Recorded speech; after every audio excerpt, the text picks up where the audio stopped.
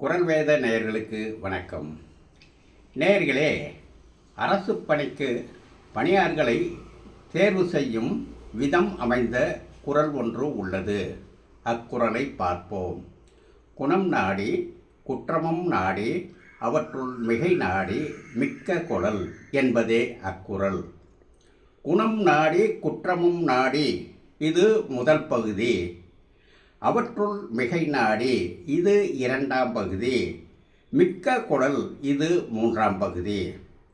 ஒருவனிடம் உள்ள குணங்களையும் குற்றங்களையும் ஆராய வேண்டும்.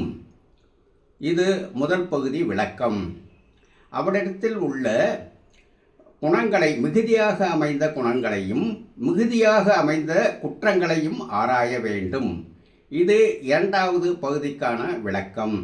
அவனிடத்தில் உள்ள தலைமை குணம் தலைமை குற்றத்தின் அடிப்படையில் அவன் அரச வினைக்கு தகுதியானவனா தகுதி இல்லாதவனா என்று முடிவு செய்ய வேண்டும்.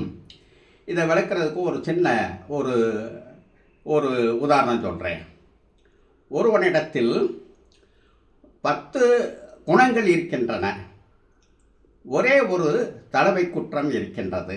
அந்த தலைமை குற்றம் என்னவென்றால், அவன் பெண்கள் மீது மோகம் உள்ளவன். இவனை அரசு பணிக்கு தேர்வு செய்யக்கூடாது. ஒருவனிடத்தில் 10 குற்றங்கள் இருக்கின்றன. ஒரே ஒரு தலைமை குணம் உண்டு. அந்த தலைமை குணம் என்னவென்றால், இவன் எக்காலத்திலும் பொய் சொல்ல மாட்டான். தலைமை குணத்தின் அடிப்படையில் இவனை அரசு பணிக்கு தேர்வு செய்யலாம். இதுதான் இக்குறளின் விளக்கம். சரி, தலைமை குணமும் இல்லை தலைமை குற்றமும் இல்லை, என்ன செய்கிறது? குணமிகுதியாலும் குற்ற மிகுதியாலும் ஒருவனை தேர்வு செய்ய வேண்டும். ஒருவன்கிட்ட 10 குணங்கள் இருக்குது, 5 குற்றங்கள் இருக்குது. இவனிடம் குணமிகுதி தான் உள்ளன. ஆகவே இவனை தேர்வு செய்யலாம். ஒருவனிடத்தில் 10 குற்றங்கள் இருக்கின்றன, 5 குணங்கள் இருக்கின்றன. இவனிடம் குற்றங்கள் மிகுதியாக உள்ளன. ஆதலின் குற்ற மிகுதி அடிப்படையில் இவனை தேர்வு செய்யக்கூடாது. இத்தகைய நுட்பங்கள் அமைந்தது இந்நூல். நன்றி, வணக்கம்.